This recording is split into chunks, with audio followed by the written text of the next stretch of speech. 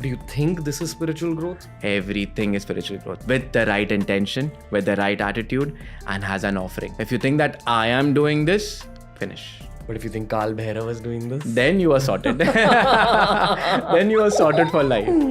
Because see, he has taken over you. He's in this also. He's in the same energy that is answering your questions, the same energy that is asking questions. And that is Kal Bhairav. But I am asking question, finito, khatam. Aage nahi badhenge. And the beauty is when you surrender, no, he will take over you. He will tell you what to do next. And Bhagavad Gita, Bhagwan says, I will lift you in my hands and drop you. Just surrender.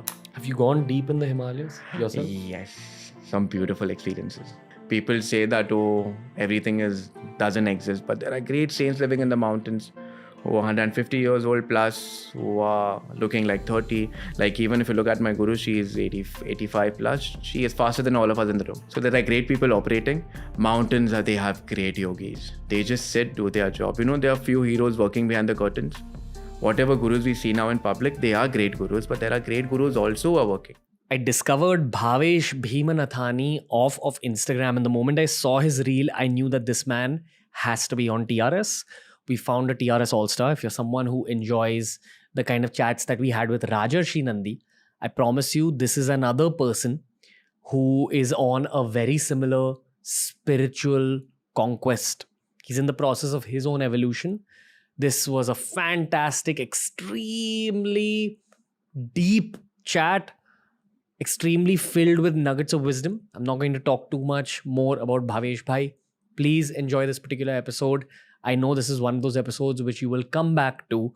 And I also want to inform you guys that it was such a deep chat that we had to split it into 2 different episodes. So this is part 1 of our special chat with Bhavesh Bhai. Enjoy and keep growing with TRS.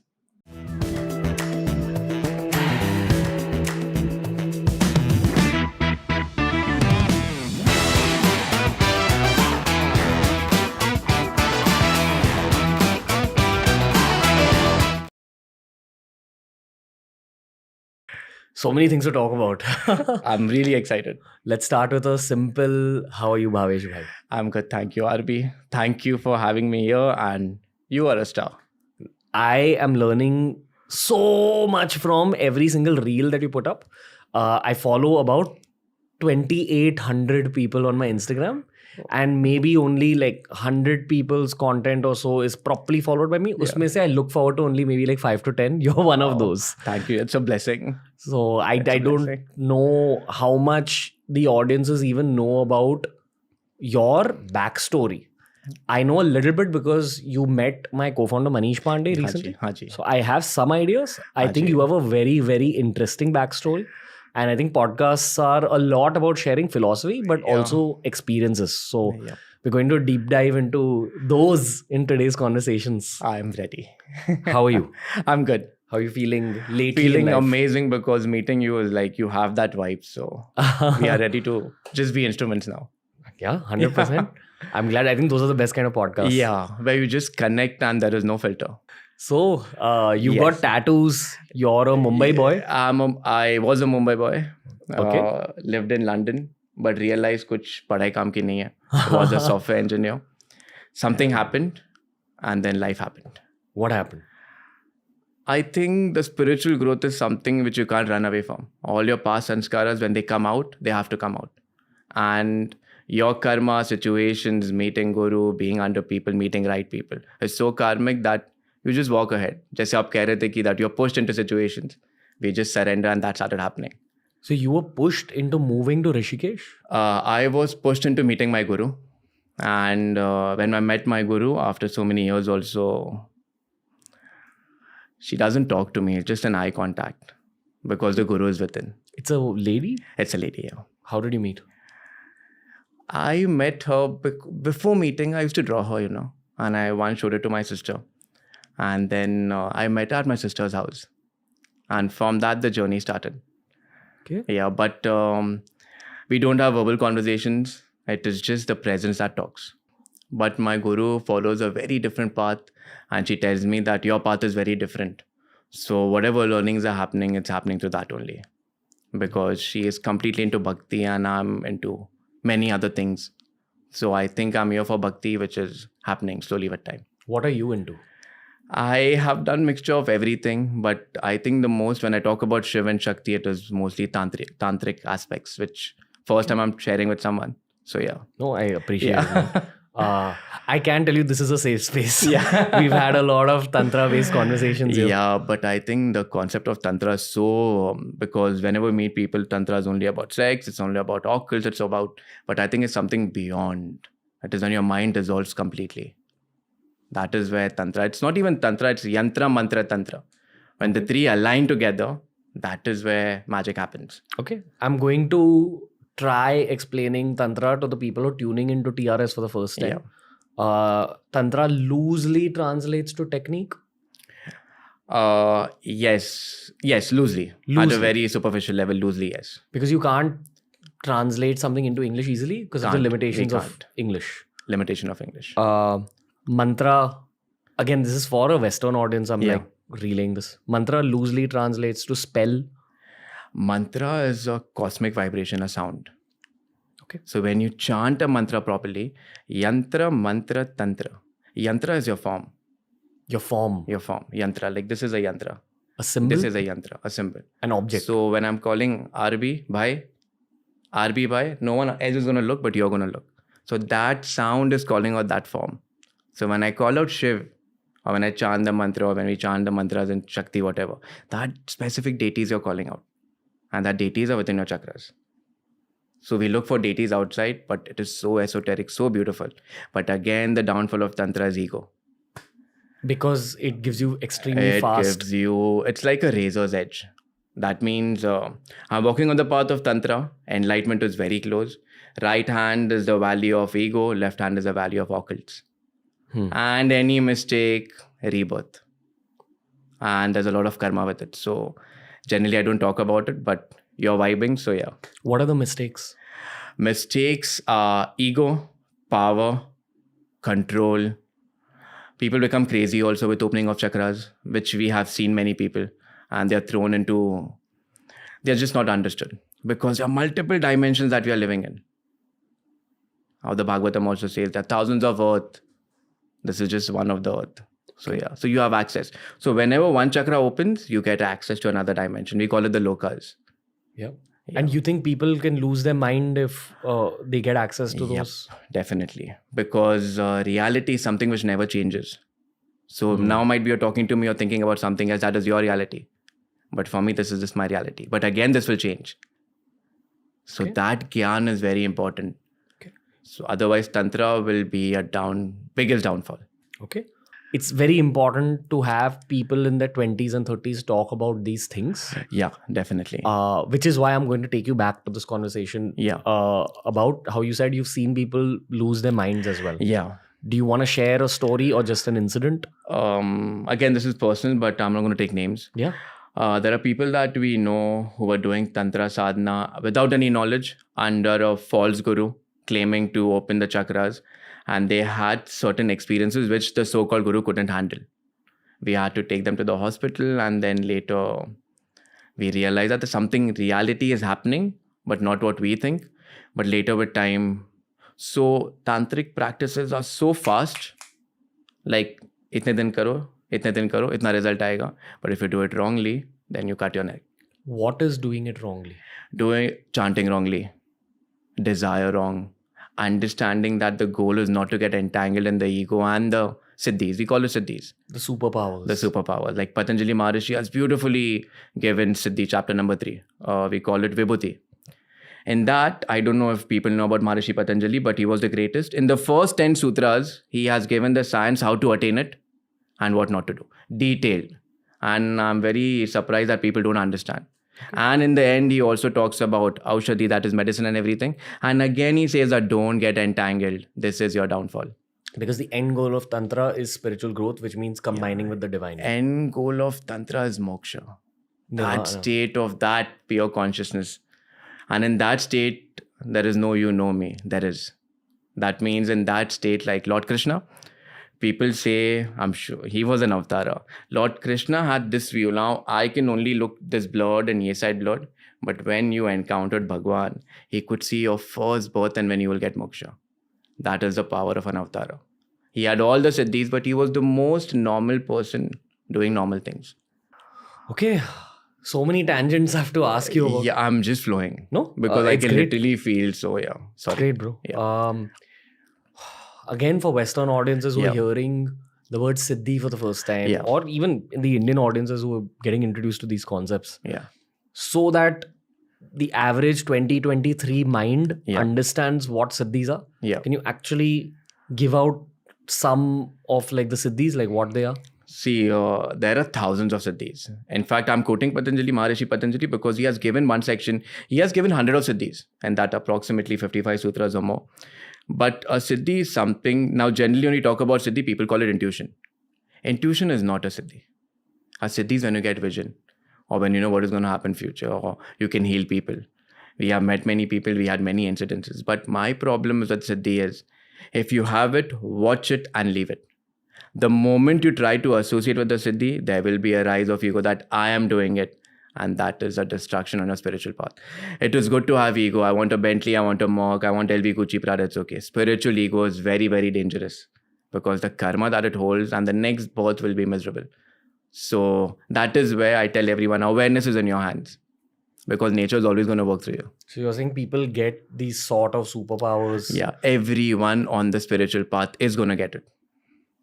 That is the law and you have to go beyond it because that is something which is the greatest test you have to go through. Because once you think that you're greater, finish. You're just an instrument. Okay.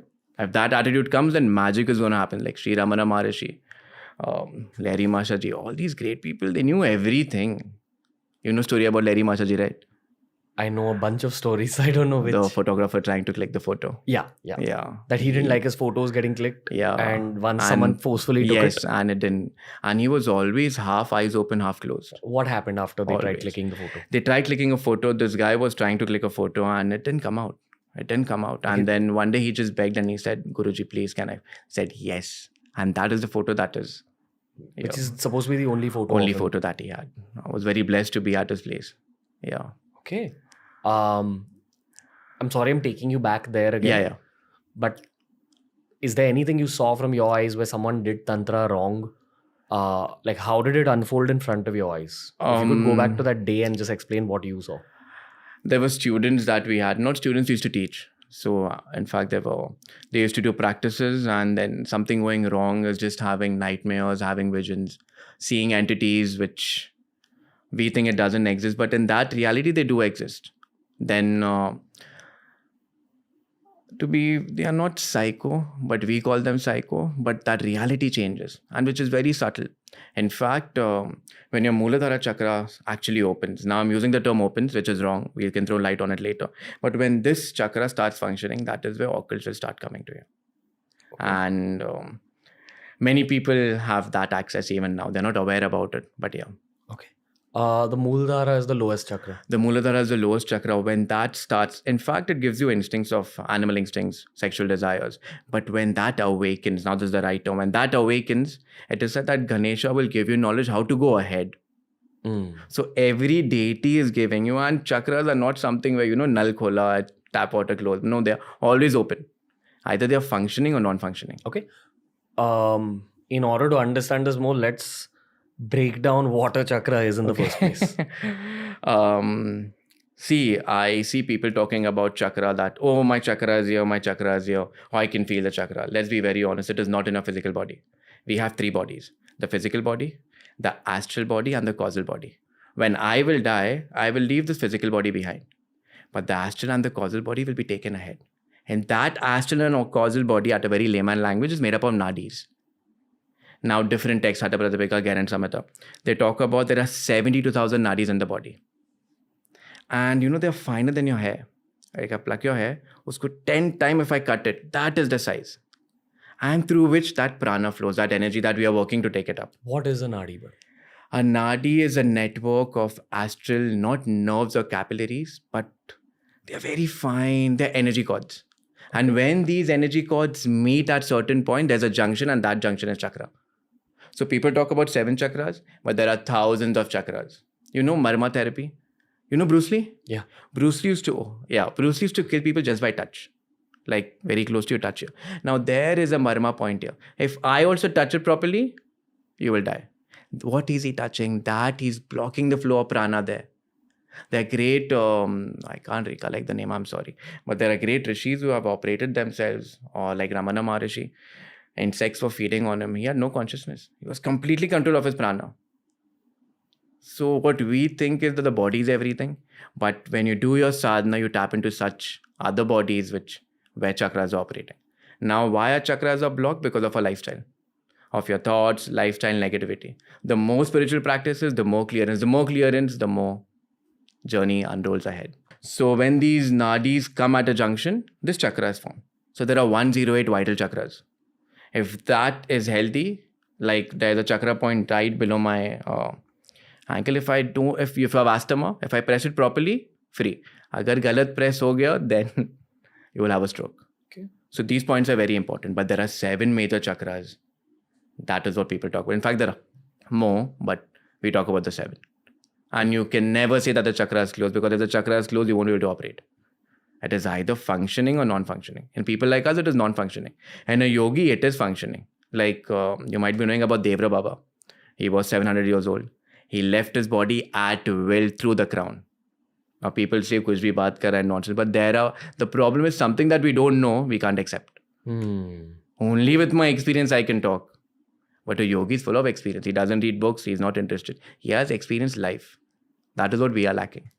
What was the sentence you said? That everyone's chakras are open, just not activated. Yeah, so whenever I read on Google and people talk about, people come to us, oh, my chakra is closed. It is impossible that your chakra is closed. You know how chakras work? These rishis, yantras, you see beautiful chakras with petals and the deity sitting in between. People do sadhana on that. Now I've heard people doing sound healing, chanting mantras, but only under the presence it will actually open. That means, in layman's language, so that we can understand, our chakra might be 30% open. I can't say it is closed. If it is closed, then khatam. I'm a vegetable. 30% operating. Now when I do sadhana, 60%, 100%. Now when that prana goes in that shushumna, through that chakra, I have not mentioned about shushumna, as we'll come there. Through the shushumna, that one petal starts unfolding. That means usme energy ja raha hai. So every petal has a bija mantra. So lam, vam, hum is the bija mantra for certain. You might be knowing, yeah. Every chakra has a mantra. When you chant it properly, you're energizing it. Now, when that petal unfolds, all your past spiritual experiences, all your sanskaras, all your past birth, they start coming into fruition. What does that mean? That means the fact that you're doing this, there is some past, all the contacts that you're meeting, even it is said in the Upanishads, an eye contact is an exchange of karma. So you and me sitting is also our karma. So that all that knowledge, how it works, starts coming to you. So every deity is giving you knowledge. Every deity is giving you support. And that deity is taking you to formless.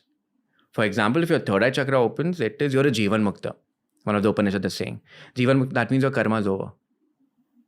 You're operating and you can leave that. And there are many great rishis who had experience of Tantra and awakening of Kundalini. But no one has written the journey from third eye till crown. No one. That means you, me, everyone here, we might be having similar experiences till third eye. But from third eye till the crown, the journey is unique for every individual. This is from form to formless. And that is so unique that you can't even... That is the reason if you meet a great saint, you ask them about enlightenment, they will laugh. Because they don't exist in that state. Because they have experienced something which you can't comprehend, not even in Sanskrit. It is. So it's something very unique. Okay. And if I die in between doing my sadhana, it comes in Bhagavad Gita also. Whatever sadhana, suppose now you have opened your heart chakra, you are having some blissful experiences and you don't make it, you will come back. And all of a sudden you'll be pushed from your heart chakra till the ground in the next birth. Circumstances will be created. What does that mean? That means suppose if someone is doing sadhana, okay, hardcore tantric sadhana, and they have opened their chakras with a guru and whatever, how karma works, and they leave their body or die. Or everyone has an expiry date. So mera date khatam ho gaya. Next birth, I will be pushed by Mother Nature, pulled into circumstances, so that my journey starts from here till here again. And this journey again, how I lead, is again that awareness. Okay. Yeah. Do you want to kind of explain the journey from the root chakra till at least the third eye? In a very general way. I know you In a can't very go into general the way. details.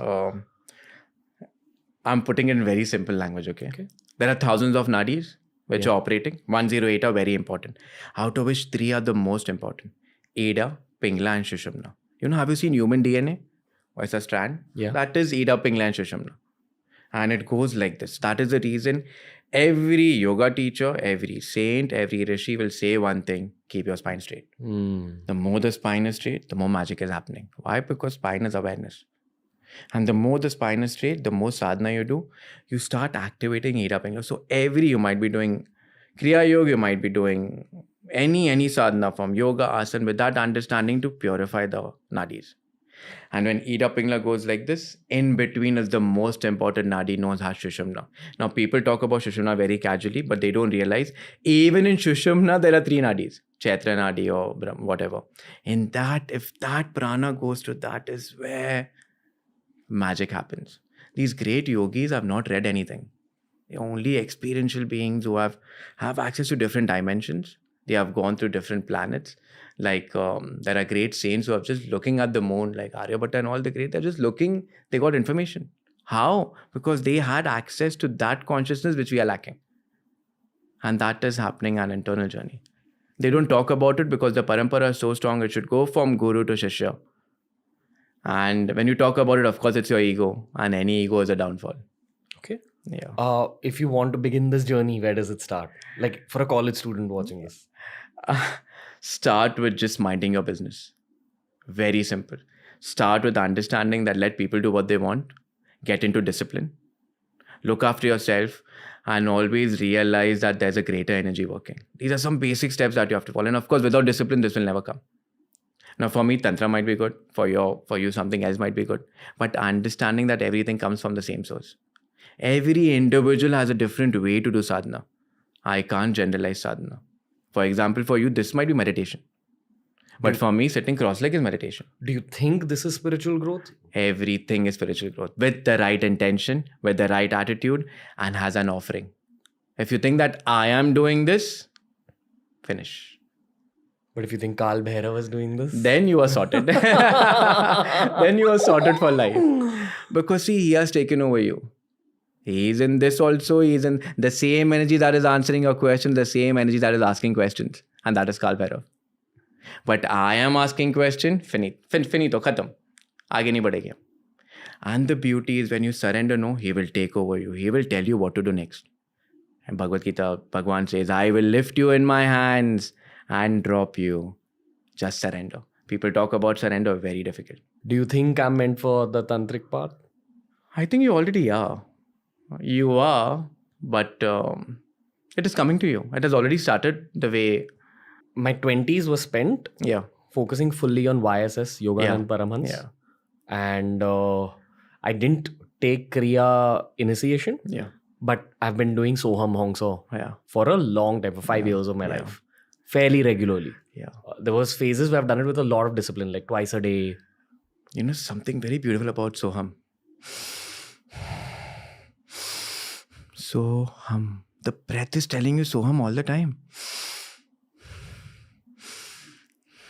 It is there in your blood. People are not aware about it because even without chanting, I'm just that being aware. You should talk a little bit about Soham. Soham is one of the most beautiful. In fact, can anyone do it? Everyone is doing it. If you like it or don't, you can take away my food, you can take away water, you can't take away breath. And you know how we breathe? It is very fascinating. I asked someone in the class, how do you breathe? They're like, I yawn. But no one's understanding when you're inhaling, there's a pause. And after exhalation, there's a pause. If you're aware about it. If you're aware about that pause with Soham, you are in the now. Okay. And Soham means I am. That's it. I'm not this body, not this mind. Sorry, I'm getting Vedanta, but... No, you get whatever you wish, bro. It's a great conversation. I am is everything, no? Aham Brahmasmi is it. They say that Soham is the meditation that Shivji follows. Is that true? Yes. In fact, Shiva, when comes in a state of... Shiva is always, in fact, to get into practical, these highly great yogis, they don't breathe. They breathe at will. That means I will do everything. And after half an hour, it will, if I want, I'll take a breath. Now, when we breathe normally, that's approximately 24,000, 27,000, depending upon. There's a very beautiful text that talks about breath in detail. That is the reason we avoid sex, we avoid heavy food. Because when you're having sex, you breathe 36 fingers. An enlightened being will breathe one pinky finger. So when you read Hadabrathapika, the text chapter number 2, it starts by saying, your life doesn't depend upon the number of years, it depends upon the number of breath. So once you master your breath, you master. In fact, Sri Rama, Sri Krishna or Lakshmana, they had all the 5 Ayus in control. They could eat, sleep and drink at will. Not like us. जैसे मैं आते थे बोला पानी चाहिए नहीं मैं पानी पीऊंगा जब I have mastered the Vayus. And that comes in the sadhana, tantra sadhana. What? All the manipulation of the breath, understanding the breath, controlling the breath. So all these great enlightened beings, they stop and they breathe at will. And once you're at that state, you don't need food. There are great Surya yogis that we were blessed to see, meet. They live only on the sun. They charge themselves. In fact, we are solar panel individual. If you get good sun and one-time food, you are sorted. But we need food all the time. Because that's how we're conditioned. Yep, we are conditioned. In fact, in reality, you need food only one palm. Throughout the day. Throughout the day. And your sadhana, of course, and knowledge. Then you don't need anything. Because that internal Jatar Agni is so powerful.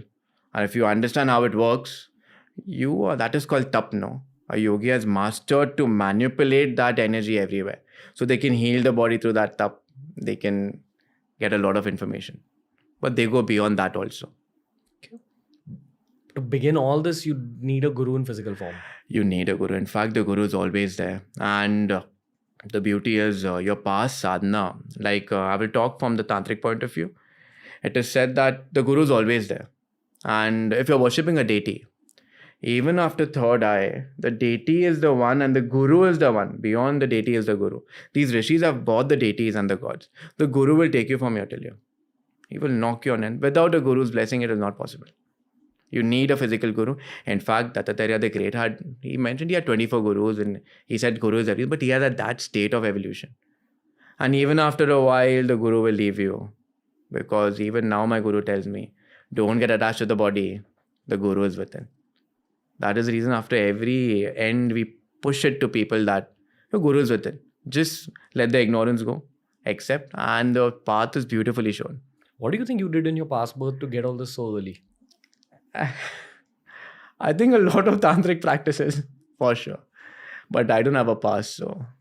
Yeah. The first time I played football in my life, I had to learn how to play football.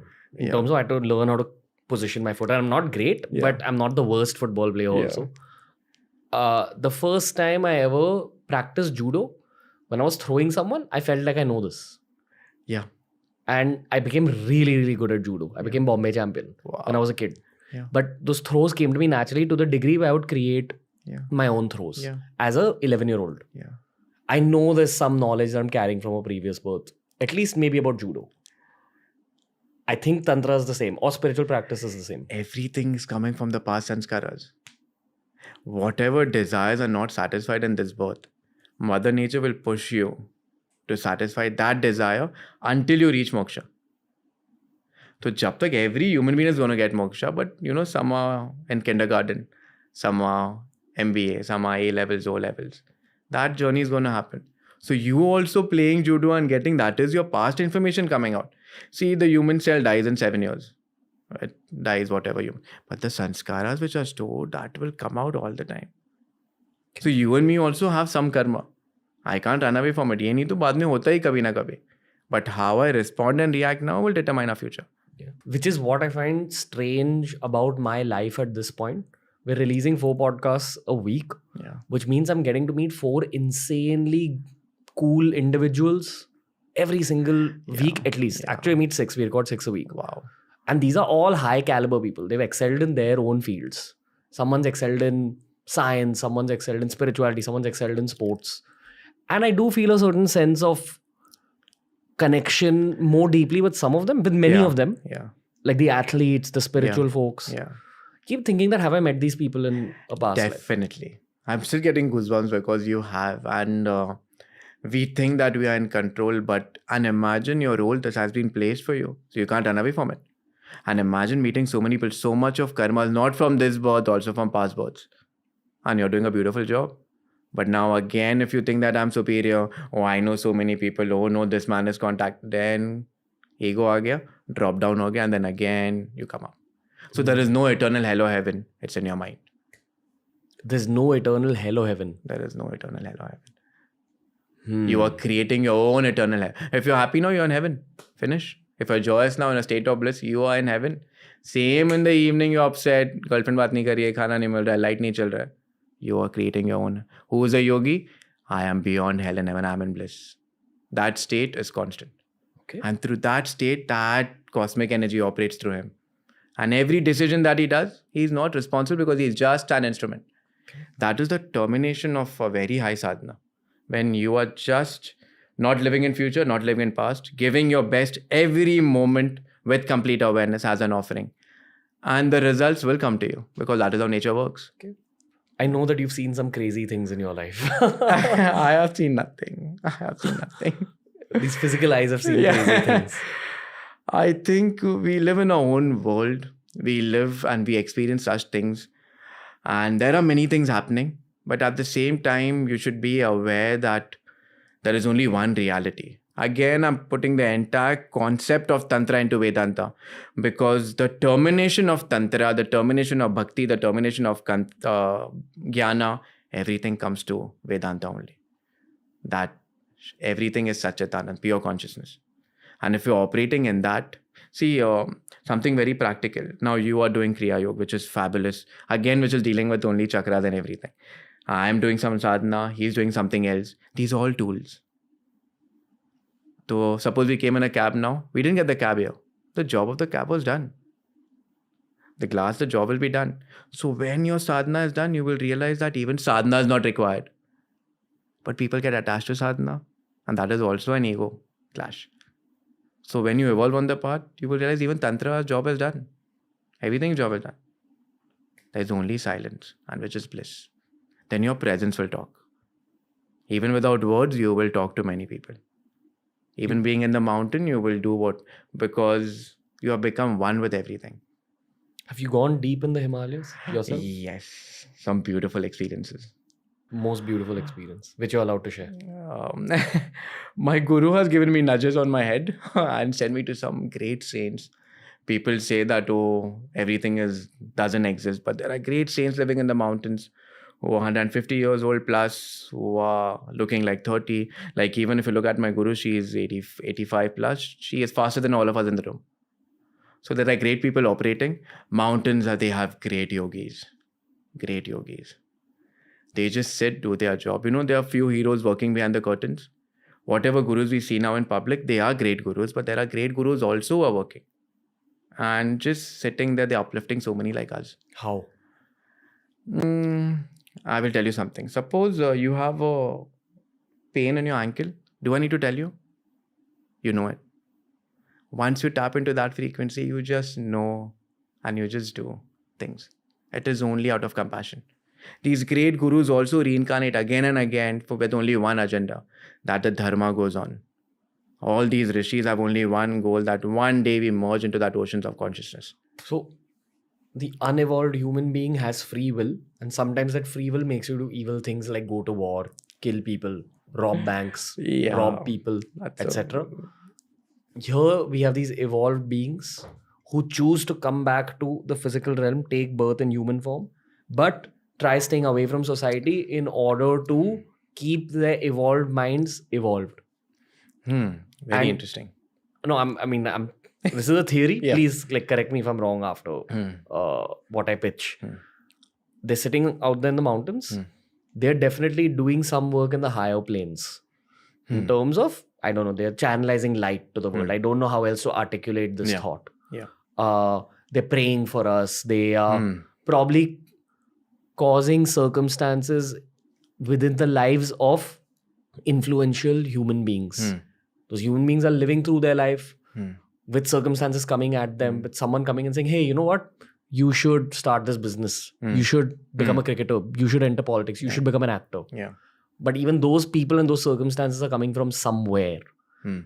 These evolved beings are probably responsible in some way in order to like send those circumstances and situations. What else? Or have I said something wrong? No, you're going on the right path. Two things. Let's talk about free will. Okay. Free will and destiny. There is nothing called free will. Because when I use the term free will, that means at this moment you can leave your body and come back in your body. At this moment you can stop this time and space. We make our own choices. And when I talk about destiny, destiny is moksha. Destiny, if say I'm meeting Arbhai as my destiny, that means abhi zindagi bhar I'm here only. Because that is English translation. So we have moksha. Secondly, there is only choices and there's karma. Karma is something very powerful that works. We can't run it. You might be the greatest yogi, but you will, if you have taken a human body, you will go to the law of karma. It is there. Secondly, talking about these great rishis, imagine you're just an instrument. Everything will happen through you. And yes, they come just for the goal of upliftment of human beings. So they will come in circumstances, but only if you have surrendered and you're asking for help. How do you do that? There's only one thing you can surrender, is your ego. That's it. You can't offer God. I see people worshipping God, giving, Bhagavad Gita says something there are 4 kinds of bhaktas, we used to do this in school also, I'm sure everyone. The first bhakta is, oh, my life is miserable. Oh no, Bhagwan ne mujhe aise hi bataya. Horrible nonsense. Like always cribbing and crying for small things and blaming God. Second is very interesting. Oh, I have an exam today. God, I'll give you chocolate and you give me 100 marks. Third is, I want to see God. I want to know who God is. I want to talk to him. And fourth was surrender. Jo hoga, hum face kar lenge because I have him. Now, after talking about this, Bhagwan, when I say Bhagwan, it's Lord Krishna. He says something very beautiful. How when a child cries, he goes to the father. Similarly, all these 4 are equal because they are coming to me. So depending upon your evolution, you pray to God.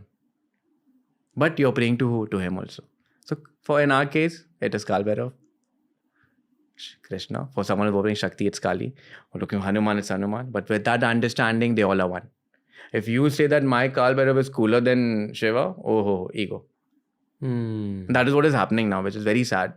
That my God is greater than your God. They are not understanding that the sun shines equally even for a beggar and a saint. Or my religion is greater than your religion. Finish. Same thing. Problem. It's actually your ego It's speaking. actually an ego. That I'm more powerful than yours. Which is anti-spiritual in the first place. Yes. Which is very, very sad.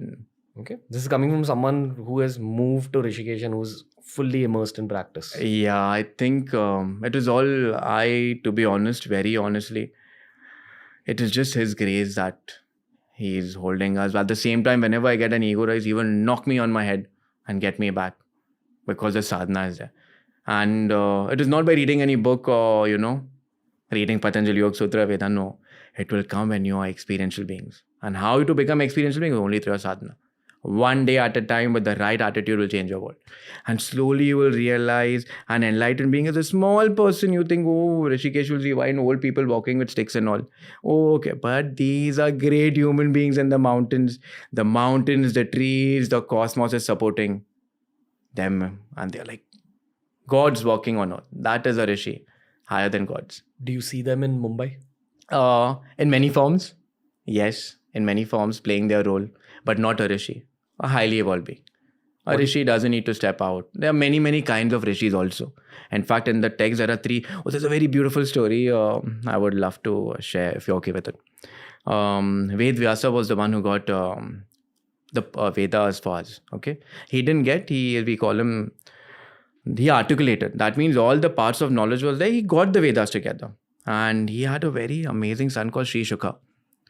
He was born in cosmic consciousness.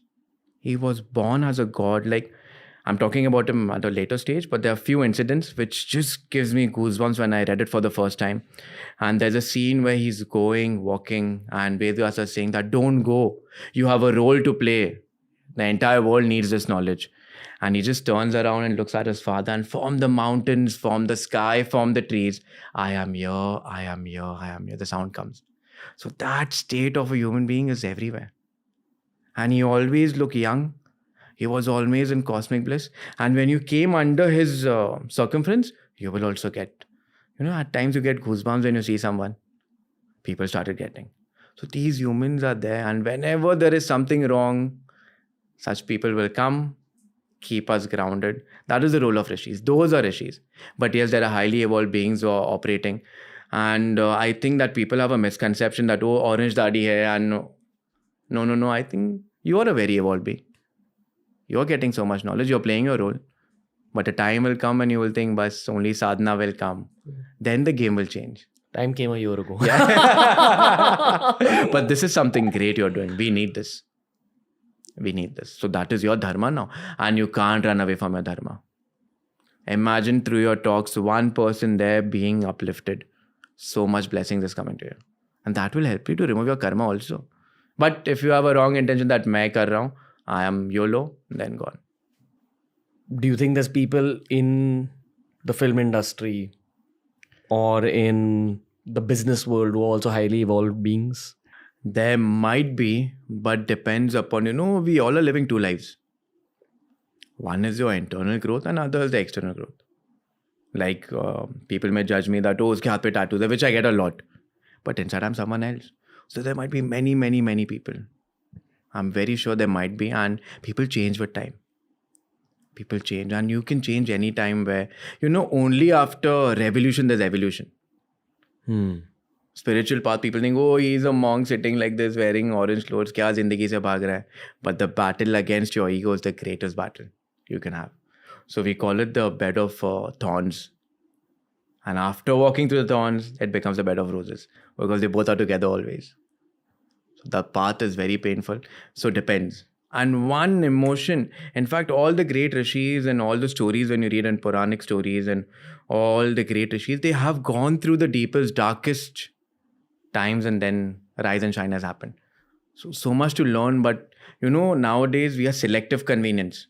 I'm spiritual only when everything is convenient for me. And when things are not going, oh, God is like this. But you are responsible for your own. Like, you are here because we want to be here. The doors were now to go in or come out is up to me. That awareness is there, then anyone can evolve. Anyone. And I think, we are scared of only one thing. Losing our identity. Especially in this big industry. They have so much so that's the way. And once you let go, then you can do magic. Which is why material growth actually feeds your ego, knowingly or unknowingly. Yeah, okay, you have fancy cars, you have everything, but if you don't have the breath, now you are liking me, I'm liking you. There's a very amazing energy that is so much from past sanskaras. If I die this moment, you won't even come close to me. If you understand that this energy is in everything and you tap into that, rich, poor, nothing matters. You are the sun then, always shining. Let's speak about death. Yep. Let's speak about Aghoris. You've met Aghoris? I was very blessed to, You've met some Aghoris? Yep, been in their presence also. Do you want to describe what it's like being in their presence or describe that day? About Aghoris, why God should be only in temples, in beautiful places, high in the mountains. The path of Aghori is so beautiful. Even in dark, there is God. And that is the path of Aghori. They are left-handers. They are tamasic. You might be knowing about it. But the beauty about Aghori is, you know what? They eat everything. They do everything because everything is Divine Mother. How we have surrendered to Kal Bhairav, they have surrendered to Divine Mother because even in this chair, even in this mic, she is operating. So why not in the dead? There are great Aghoris who do their sadhana. This is the oldest Aghori great sadhana where they make yantras. We have not spoken about yantras. Symbols, yeah. Like everything is a yantra. In fact, nature is giving you yantra, the flowers and seeds and everything. They make yantras where they keep the dead body on it. In fact, there are great Aghoris who keep their family members also and whatnot. They offer many elements like horse hair, nails, and it's a very detailed sadhana which is not in public. Whatever I'm sharing is also just peanuts. And then they do sadhana. And that sadhana, they go so deep. That is where death goes. You go beyond that. And it is so secretly shared that it is just like, even if you take a great tantric text, few text is not there. It is just blank, half written. Why? Because you need a person who has already experienced that dimension to explain you. And that way a guru comes in. You've Had conversations with Aghoris? Yeah, they're great. What They're do you- very abusive. They're very aggressive. But that is their love. We just taken it the wrong way. Like even an actual Aghori will not actually talk a lot. And an actual Aghori will not go to a market or go to a temple. They live in the burning heart smashan, and they will change places only in the night from one smashan to other smashan. Only from 12 to 2. That is where the Tantric Sadhana is done. We do during Brahma Muhurtam, they do during that time. God is everywhere, depending upon how your sabhava is. What do you talk to them about? I think it was my karma to be with them, to see them, and to see how the past sanskaras were always there. Yeah, but I'm very blessed that my guru has knocked my head and made me realize that yes, whatever is true, but the highest goal is to completely let go of your ego. That is the termination of all sadhanas. Do you think that Aghori path rejected you? No, I think I had so much of ego that I've come back again to continue my path. But you think in a past life you've been an Aghori or something? I am sure the way all the knowledge is coming out, it fascinated me from childhood. From child, I was in fascination about how the rituals are done. And if you see my books, school books, I used to draw Aghoris. Later, which I realized I used to talk to my guru about Aghoris and not read anywhere. Few stories I shared with my guru, she started laughing. She's like, "Where is this coming from?" And people say there is no past life. Of course, there is past life. And especially for spiritual people, it comes out. It comes out, and you will be guided. But there are some Aghoris, encounters where they are wearing human jaws and tu khayega to hi tese baat karenge. So they test you also. And whatever you think dirty is, that is where Aghori will love. He's that light in that darkness. And an actual Aghori will not come out in public. Okay. I had met few Aghoris who were very well educated also. Well educated, spoken, travel the world. That is their calling. Depending upon your sabhava, you get the path ahead. That is how nature works. I would assume that you only find them in towns, cities, villages, and not out there in the Himalayas. There are in the Himalayas. Aghoris, actually, they love to be alone, do their sadhana. They don't like people around, and their sadhana is so beautiful. In fact, the path of Tantra, Aghori, there's a very beautiful story that comes up. There was a great Aghori saint, enlightened being only, Aghori path. He was sitting, and there was a deity. There are many small deities are there. And she used to come to him every day and tell him, and she knew that he is a great. So she used to tell him that, oh, you know what, I will give you everything in life. And she realized that this man can actually communicate because he had so much of tapas. So she used to go to him every day. Oh, you know what, I will satisfy your material needs. I will give you everything. I will become the most powerful person. And that enlightened being used to go there, do his sadhana in the night because that was his calling. One day he got fed up and he said, what do you want? What do you want? She said, I'll give you everything. So he said, I challenge you one thing. If you satisfy my need, then you'll never bother me. Let me do my sadhana. She said, yes. She got very happy that deity. You know what he said? I have a problem in my right knee. Can you please move it to the left knee and move away from here? That is an Aghori. Not getting entangled by all these lower deities and all. To reach Shiv, to meet Shiv, to be with Shiv. Lower deities. Lower deities, yeah. That is where black magic happens. That is where a lot of things happen, and that is where the ego game is. What is lower deities? Lower deities, there are many lokas. So from earth till sun, there's one loka. It is written in the Vedas, Puranas. From sun to the pole star, and it goes up. Talking in human language. These lower deities are entities. Of course, there's good and bad both. But people get hold of those entities to get their job done. Now, suppose I want to do something on someone. And people do it, but they don't realize that the deity and that she's sucking away your spiritual energy. This is what demons are in Christianity. This is what demons are. But the highest demon is in your mind. That is all your negative thoughts. That is all your low emotions. And we have to fight that demon. Not get entangled in anything. And on the path of, why people are fascinated for Aghora? Because this comes to you. What comes? All the encounters with demons, all the shortcut to evolution, all the occult powers, all that spiritual experiences, that goosebumps and all that. So people get fascinated, but it is the most dangerous part. Don't get entangled. If you have a guru, your guru will knock on your head and get you back. But the guru should have that experience. Are you allowed to name some lower deities which are spoken about in stories which are still prevalent? You shouldn't. Yeah. But those same lower deities which are probably spoken about in Ramayana and Mahabharata, some of them are still around. They're still around. See, these deities are not in space, time, and causation. We live in space, time, and causation. Once you have taken the human body, you come in space, time, and causation. For example, do you remember your childhood? Or do you have some nephews or some young? You tell your nephew, tomorrow I'll take you for Spider-Man. For him, tomorrow is like, oh no, tomorrow. For us, year is coming to an end. So the older you get, the time is, but what is the concept of time? When you go to sleep, when you're in deep sleep, you have passed out completely. Where is time? Do you remember, what is the date today? I'm sorry, whatever. Remember on this date 6 months ago, what were you doing? What is time? And something that you like, time goes very fast.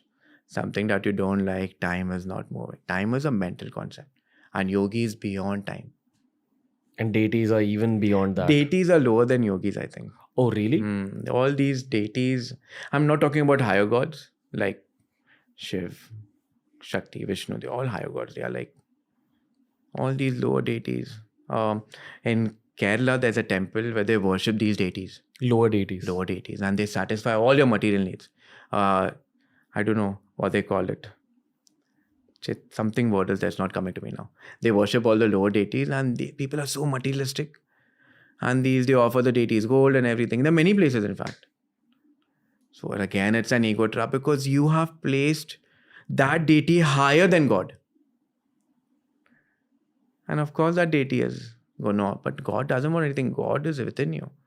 That experience that when you get, and every human being experiences that state. It's just that they are scared because they are unaware of that knowledge. Have you encountered lower deities? There are lords in Rishikesh if you go high in the mountain. In fact, the mountains are known for such energies. And Rishikesh is very charged. So if you're doing sadhana, you'll experience many, many things there. Like what? Like Varanasi. Like presence of deities or presence of energy. In fact, we normally also can feel energy. At times when you click along someone or you get a vibe that I want to stay with, that is also an experience of energy. Many questions. Yep, I'm ready. I'm just holding back a bit, but I'm ready. No, I understand that everything you're saying is you channelizing something else. So I'm not probing you too much here. Yeah, also. because I don't want anyone to get entangled in this. Yeah.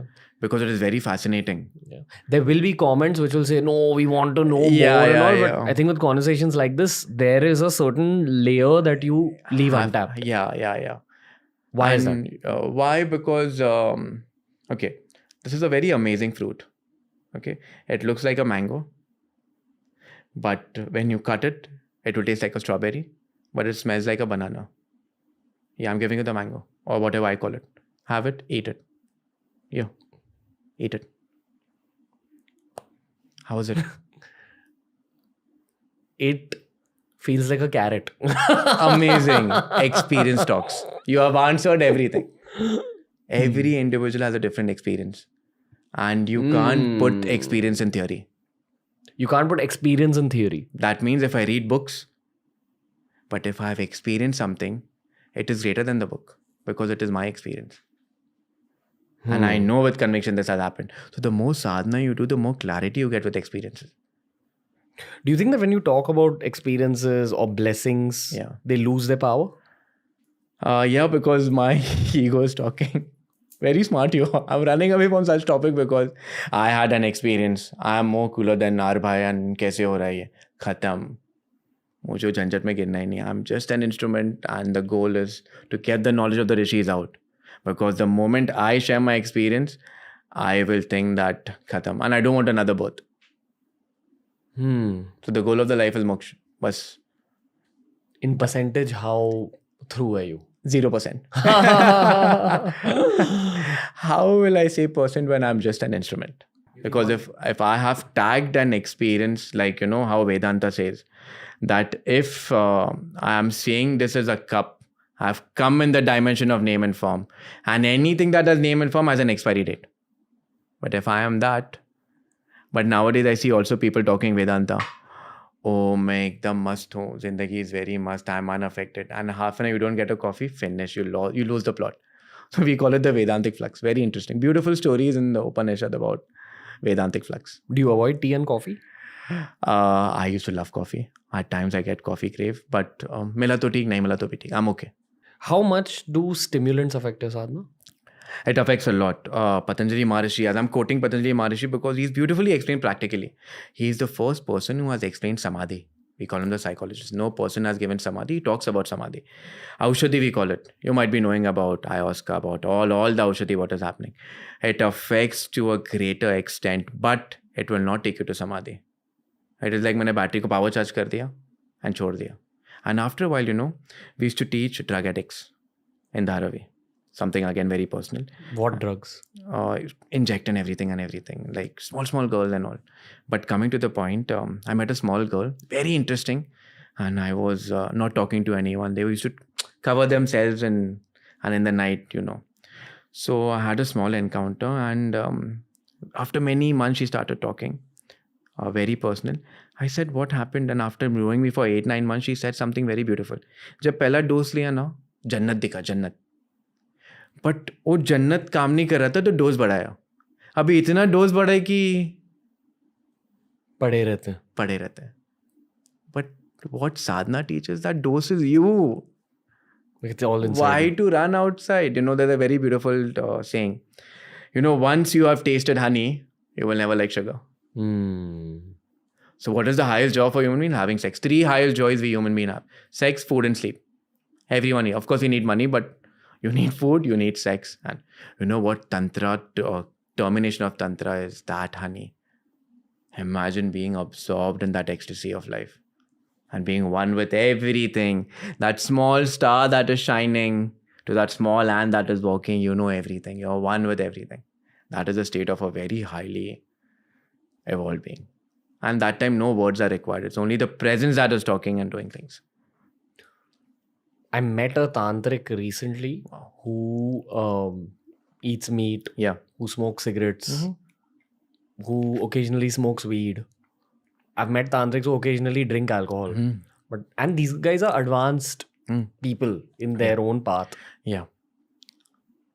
It confused me about what I always thought about these things. I thought they take you away. I know that they affect your speed if you're on a Kriya Yoga oriented path. For sure. Yeah. They don't allow your meditations to go deeper. Yeah. See, there are 3 types of people in Tantra also.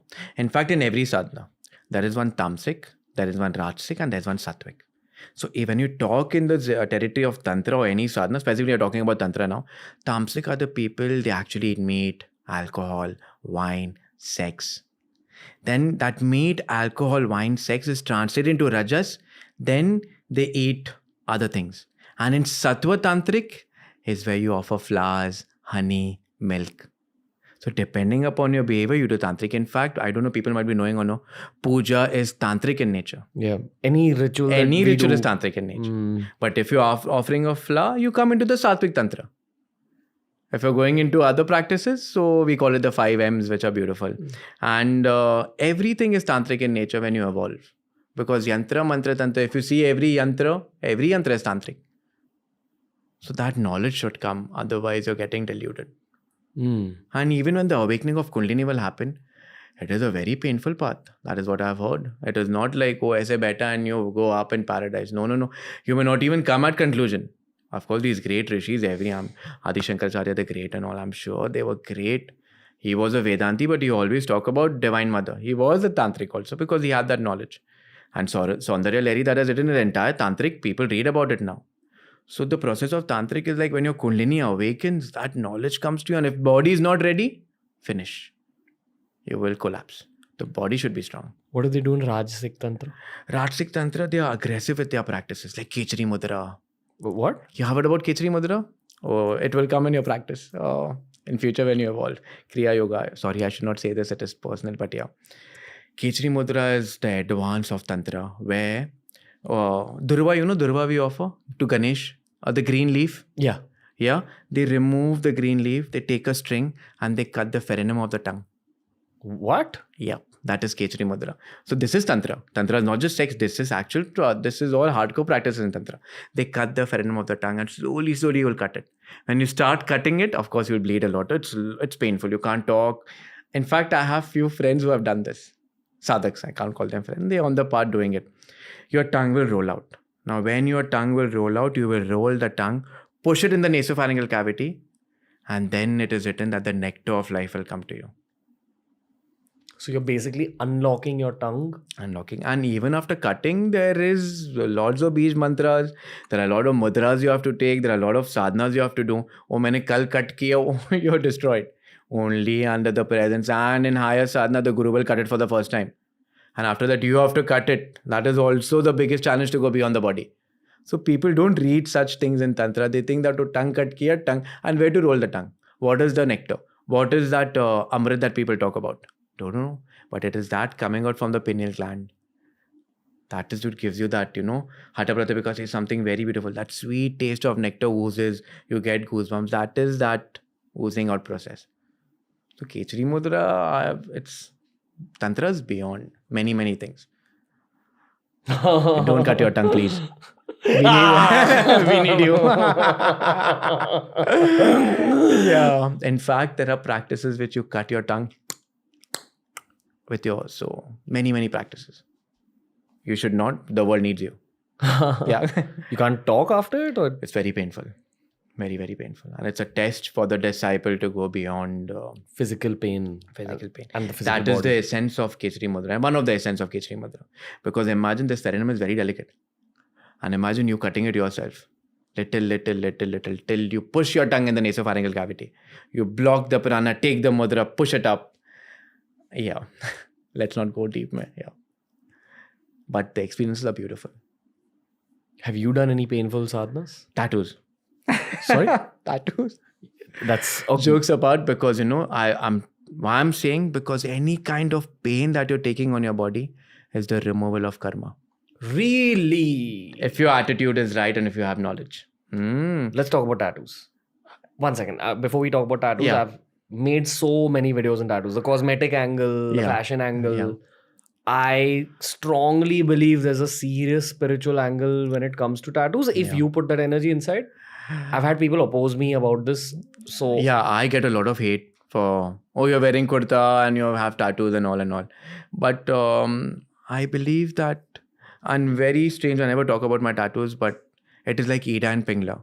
The right hand is only Shiva, the left hand is only Shakti. And I did this when I was very, very young with no knowledge. So all my sanskaras were coming out. similar. Even mine is like that. My right hand is only Shiva. My left hand is like, Yeah, it's like all warrior tattoos. yeah, same, it is coming out. And Kal Bhairav is the warrior of all warriors. Yeah. So tattoos play a role, but depends upon, in fact, your body is the greatest temple here. If you maintain it and you understand how it works, you are something else. My granddad passed away 3-4 months ago, and he had been suffering in his physical body for a while. So the family had expected it. Yeah. When he passed away, while it was expected, it was just strange seeing death so up close. I don't know what got into me, but after years, I decided to kind of get a tattoo, which I've wanted to get for a while. So I've had a bow and arrow on my left tricep for a Nice. long Yeah. time. It's to remind me about focus. And again, it's like all my tattoos are very intense, fiery. Yeah. And it's added that intensity and fiery Yeah. element to my Yeah. head for sure. I Yeah. feel each tattoo gets stronger with time. Yeah. So I wanted to get like this. Oh, so nice. trident Nice. Yeah. on my right tricep for ages, but I was waiting for a meaningful moment to happen in my life. Yeah. He was a Shiv Bhakt. Yeah. I was actually going to get a mace, Yeah. like to make it Arjun and Yeah. Bhim. Yeah. But I decided to get Get this, a I don't know, Krishna, yeah. intuitively. When I was getting this, Yeah. and I've got huge tattoos. I've got like massive ones which have Nice. taken like 9 You have hours. a nice tattoo. Yeah, of Shivji on my Yeah. back. Yeah. So I've had huge tattoo sessions in my life. Didn't hurt me. Yeah. This one killed me in terms of pain. And I'm like, what is this? It is what I realized when I had tattoos. The right time when I wanted. And these all freehand. Like no planning, nothing. It just coming into place. When I wanted that, it came to me. How? Many, many scenarios when I started my sadhana, Shakti sadhana and all. It just came. Like Kali here came and she just changed the game. Oh, that's a nice tattoo. Yeah, she's very, very... Wow. Yeah, and when I was struggling with doing things, Ganesha came at the right time. So there are tattoos, and I think the deities talk. The deities talk in their own ways, but with that knowledge, you have to be aware. Otherwise, you start hallucinating, which happens very What? Like after a tattoo? No. After when when you pray to deities or talk to deities, and half the time you're hallucinating. What do we know? You're actually talking, or it's an hallucination. That's a game that is happening with lots of people. Oh, Shiva, my dream, I know I'm talking. You have to be very careful. How do you even differentiate? Depending upon the quality of life that you're leading.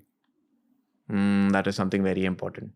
If you're leading a very dharmic, sattvic life with proper sadhana and proper knowledge and working on your ego, they will also give you directions all the time. But if you're leading a life who's manipulated, then the mind is very. All the tantric sadhana, any I'm talking for the first time so much. Every sadhana, and especially tantric sadhana, gives you a lot of pleasures in the mind, and which is again a problem. So that to control the mind is the goal. So that tantra should be done with bhakti, Vedanta, karma, and jnana. Otherwise, destroyed. Ego trap. Okay. Do you intend on getting more tattoos?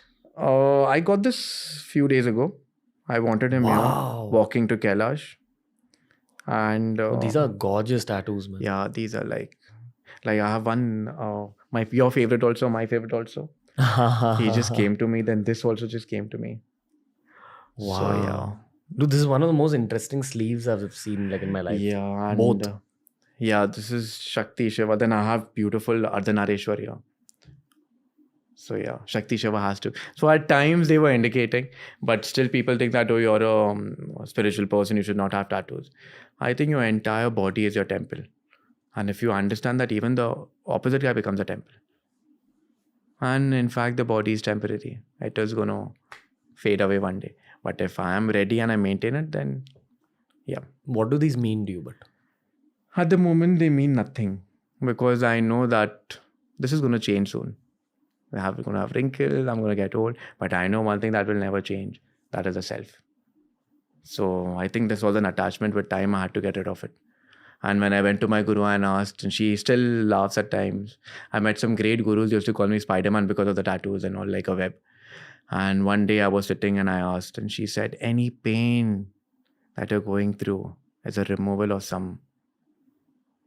Yeah. So that attitude changed a lot of things.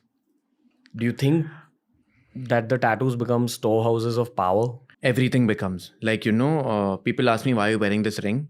And we were in Varanasi and we picked it up. There were hundreds of rings and finger dale, and this ring just went in. And still now I find it difficult. I see it was black rustic and now it's shining. So the state of your body and the state of your mind also energizes. So many things show a lot of things on your body also. So this is which I think people might be knowing in Tantra also.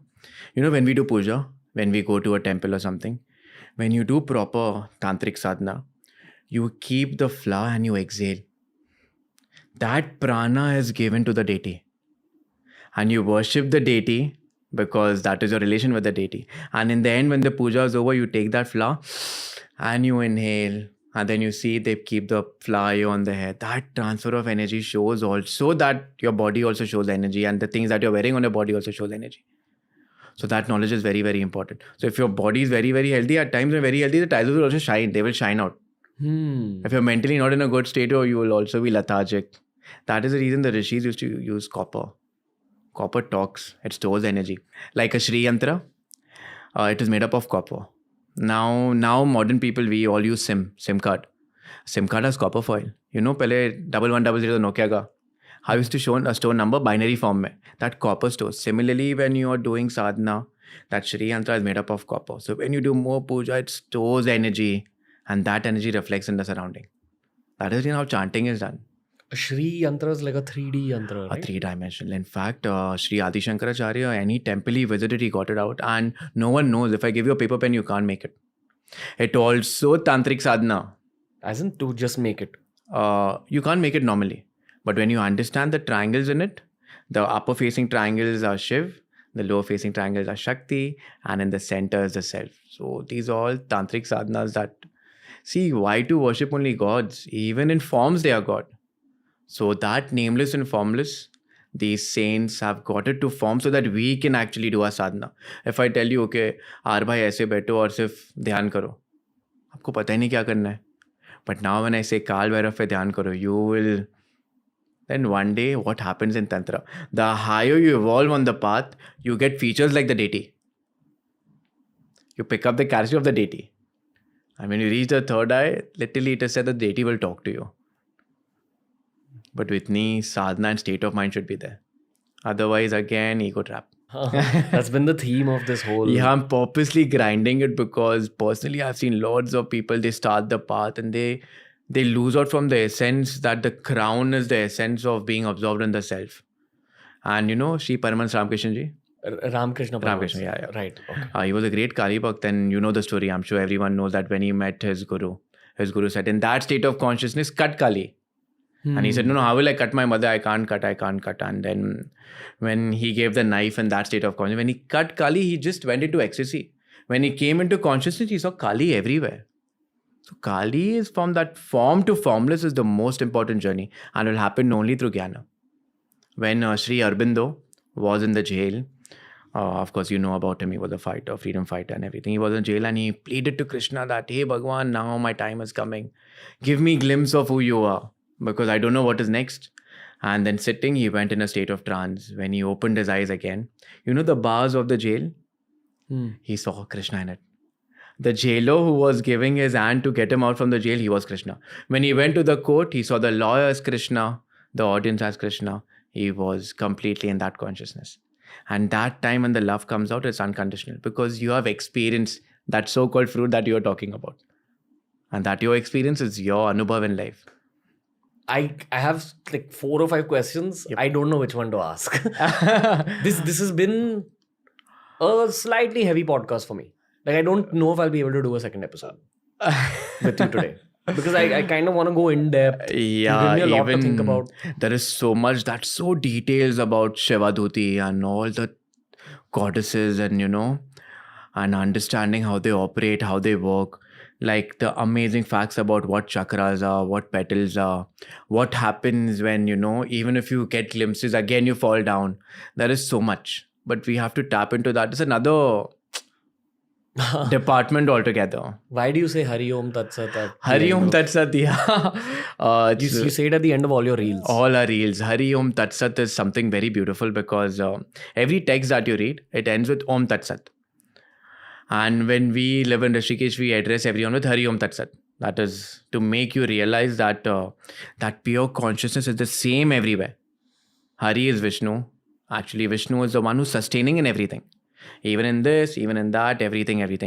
Om is the Naad. Like, you know how to chant Om? When you do Hatha Tantric practices, you chant Om from the navel. I actually learned that from your reel. So that when the sound comes from that is the Naad. At times when you're very quiet and you hear a sound will come all of a sudden, one ear will get blocked. It is the sound of the planets. And such higher sounds. It's called Naad. Again, that is Laya Yoga. It's another territory altogether. What yoga? Laya, L-A-Y, Laya Yoga. To merge in the cosmic sound. There are approximately millions of sounds in your body. But what is the... It is a... buzzing you hear? It's in high state of sadhana, if you're aware. It is also the sounds of the planets that you can hear. Which are inside your body? Or Which is inside. In fact, I'm jumping into another territory altogether. Jump. They are called Naad yogis. These yogis have mastered sound. And in the beginning, getting the big story into short, when you start sitting in sadhana, for the basic sadhana, you start hearing dup, dup, dup, dup, dup. That is your heartbeat. The more internal you get, you also feel the pulse.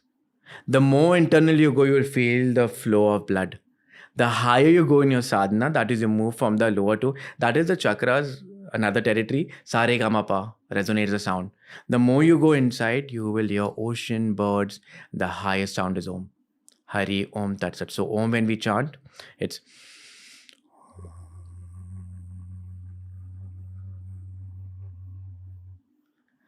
I'm chanting from the navel. I'm not using my glottis. I'm not using my nose.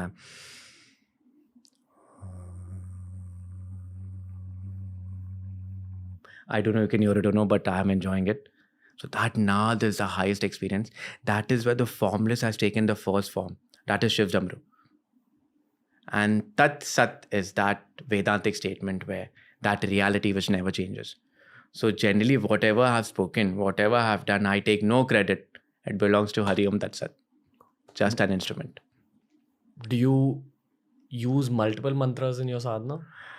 Yes. But I have one Bij mantra, that is, we stick to that. No, That your Guru will. Yeah, you know. I'm talking about like things like Gayatri Mantra, Mahamrityunjay Mantra. Yeah, Gayatri Mantra is very, very powerful. If you chant it properly in the morning during Brahma Muhurtam, for good half an hour, you will realize that your intelligence, your memory capacity, and your awareness increases. When we do Kapalbhati, there's a practice called Kapalbhati. It's called Kapalbhati. Kapala actually means the skull. But here they're addressing the frontal lobe. And the proper Kapalbhati done with awareness will start giving you intuitions and also visions. Now again, people get fascinated, karna hai, but I'm sharing only half-baked cookies because you need a guru. So Kapalbhati was done to activate your frontal lobe because this is where... Kapalbhati is the quick breathing, right? Yeah, actually there are 4 types of Kapalbhati done with proper Bija mantras and everything. There are Bij mantras you attach in the... Actually, actual pranayam is done with Bija mantra. What pranayam we are doing is, I'm taking you to the candy shop, but the door is locked. When you are initiated on the path of evolution, with every pranayam, you will get a Bija mantra. With that mudra, with that kumbhak, it becomes breath. And this is all down to your guru initiating you. Yeah, it is Papa Sanskaras, Guru, like Brahmari when we do. Sorry, I'm just jumping into multiple topics. The highest Brahmari is when the sound comes from the nasopharyngeal cavity. Brahmari is the B sound, which people do now for insomnia, to sleep, to rest. But the highest Brahmari is the sound coming out from here. So what I'm doing now is I'm taking bandhas, taking mudras, taking my tongue up and then...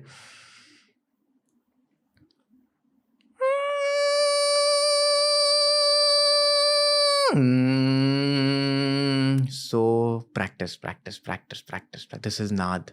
And after doing this, you will get goosebumps. Many things. So Brahmari is this. And Hatha Pratipika, male bee and female bee. A yogi will inhale like a male bee and exhale like a female bee. So this is male bee. Exhaling is...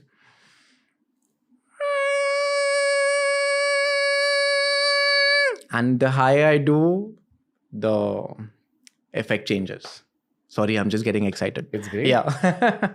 Do you chant the Gayatri Mantra? Yes. That's your mantra? No. Your See, actual there are mantra is- multiple sadhanas that we do. But when a guru, this is something very interesting, you should know. And you will enjoy it because your sadhana will... There are 4 ways how a guru will initiate you. Depending upon your capacity. And depending upon Sattva, Raja, Tama. If you're a baby on the path of evolution, they will give you a mantra vocally in your ear. Now, how that will work, I will come back later. Second, they will touch you. You won't even come to know. Thirdly, they will have an eye contact. And fourth, if that happens to you, when the guru willingly keeps their feet on you, moksha is coming to you. So depending upon the capacity, the guru knows what medicine is required.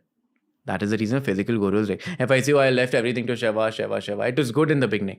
But the more you'll evolve, you will realize that Shiva has taken a form to guide you. And when that job is done, again you will go to the formless. So there are many ways, but these 4 ways are mentioned. And the last one, if that happens to you, like Paramahansa Swami Vivekananda, his guru kept on his feet. He was in ecstasy. Then he took that away and told him, now get to work. The same you're doing. Work.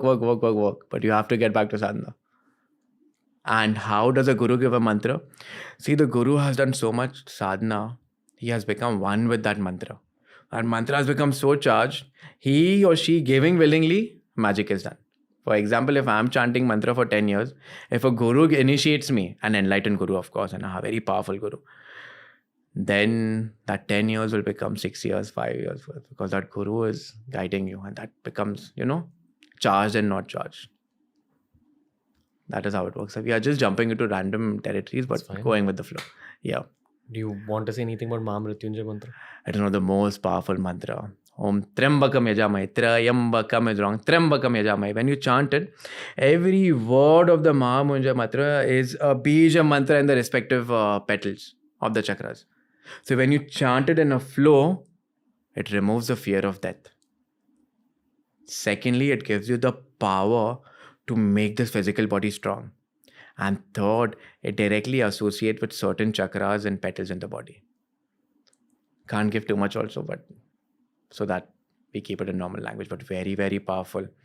It is said that many people have healed just by chanting the mantra. If you chant it rightly.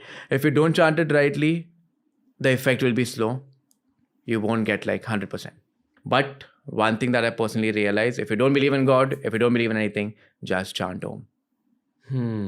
That's it. Simple for beginners. People are coming to sit, chant Om. We can do an experiment. No, we have done that in Rishikesh also. Like plant ko liya, chanted Om, Om, Om, blossoming, abused. So energy is constantly working. No. In fact, when you do higher sadhanas and you take the Gyan Mudra, you will literally feel electric impulses in your... Well, the body gets charged. This is the room that I chant in. Yeah, this is... when we entered and we just looked at and I said, this is a vibe, like, very charged. What do you pick up? It's nice, it's subtle. It's growing into you. But you're also charging it at the same time. One last question before Yes. you go. What is your Ishtadev? I worship Shiv and Kali both. Okay. Because, of course, when you worship Shiv and Kali, then Kal Bhairav also comes. Hanuman also comes. They're all from the same family. But yes, without Shiv and Kali, I'm nothing. And when I say Shiv and Kali, they have a lot of other forms also. Sequel episode. See, has to come because now you have like given me a kick to talk about them. Okay. Yeah. Yeah. So I earlier I said that we won't do a sequel episode. Change my mind. There's an entire series of Kali, which no one talks about. Like Shiva Duti, and then, Kali has images where, blood is coming out from her vagina and all. People are scared to talk about it. But they don't know who Kali is. And I think people should know, because when you're talking about Shiv, you should realize that Shiv is nothing without Kali. That is the entire essence of Tantra and Aghoris. And Aghoris have given their life to Kalis because they know that she will take me to Shiv. And at that point of time, when the termination happens at the crown, no he, no she, it's only pure consciousness. So I think Kali has to come. I think Navratri is coming, so she's hitting on my head and telling you, or you have to do something about Kali. Sorry. Okay. No? Yeah. I appreciate this. Yeah. This is Bhavesh Bhai for you. This is our Bhai. Our Bhai is amazing. I want to share something about our Bhai. I'm calling him our Bhai. He is not only like this on the screen, but off also he is very chilled out and he is very, very spiritual. He is not making it because he becomes famous, but I have met him and I personally realized, because when I met him for the first time, I got jitters. So this man is something and I'm very grateful. See you in 5 minutes. And see you guys in a few weeks. Cool. Now that you've reached this point in this episode, you know why I had to split the chat into 2 different episodes. That's the nature of this man. That's the nature of the depth of his knowledge. And that's the nature of his relationship with the deities. I'm not going to say too much more. All I'll say is that there's no end to this subject of spirituality. Do check out all our other chats. We recently had Palgar Rinpoche on the show as well. If you want the input from the Tibetan Buddhism, you're going to enjoy that episode. And of course, if this is the first time or one of the first few times that you're watching TRS, then make sure you check out our series with Rajarshi Nandi. That's also packed with information. But for now, look out for part 2 of this deep chat with Bhavesh Bhai. We'll be back soon.